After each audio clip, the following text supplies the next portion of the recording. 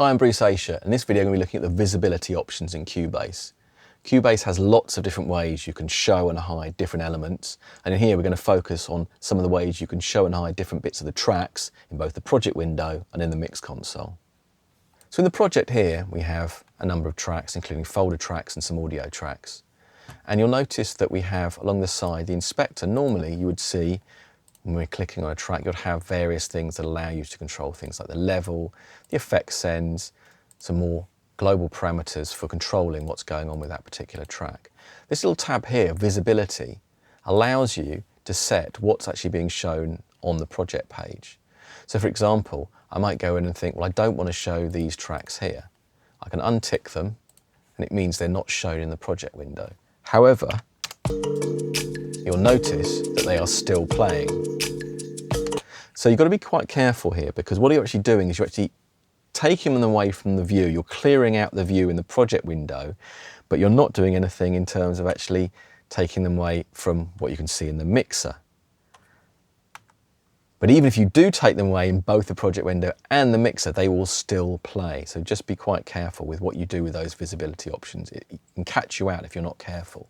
So as a rule, you might find that actually, rather than completely removing the tracks, particularly ones that have got audio content on them and they need to do something in terms of the project, they're playing back parts of the project, it would be probably best to not make them disappear from the track. This is particularly the case if you've got automation on something, so you might find that you can actually, for example, you've got effects channels or group channels, and you might think, well, I don't really want those in the project window, I'm going to get rid of that folder track, but you might have automation on it, and that equally will disappear from the window.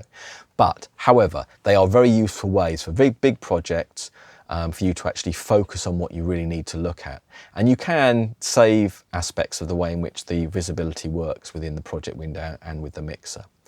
So what I'm going to do now is I'm going to click on those and bring those back. Equally, I can then go into the mixer window, the mix console, and I have visibility options here as well. So it allows me then to take those out of the mixer. I can actually, in fact, take everything out of the mixer. And if I press play, you can see that I'm still getting a little bit of activity up here on this the little meter bar at the top. And they are still in the track on the project window, on the overall track, but they're not in the mixer. So again, be wary that if you do remove everything from here, they will disappear from the mixer. But again, there are some times in the mixer where you don't necessarily want to have maybe all your effects channels. You may not want to have, for example, group channels if they don't have any processing on, or things like that. So there are times when that might be the case. Input channels, very often you might want to remove from the mix window if you're trying to clear out some space in the mixer and make it a little bit clearer in terms of what's going on. To confuse things a little bit more, you can also choose in the mixer window what type of channel types you want to show or hide. If I click on this all channel types, it will remove all of them. If I click on audio channels, it will include them, but you can notice that the visibility is separate to what I choose here. So it becomes, again, somewhat confusing, because there are multiple ways in which you can show and hide various aspects of the channels in both the mixer and in the main project window. Because equally, I can do the same thing in the project window and say, I want to remove all channels, all track types. And you will see that you can obviously get into a little bit of a few problems if you remove things and you wonder why you're still getting audio.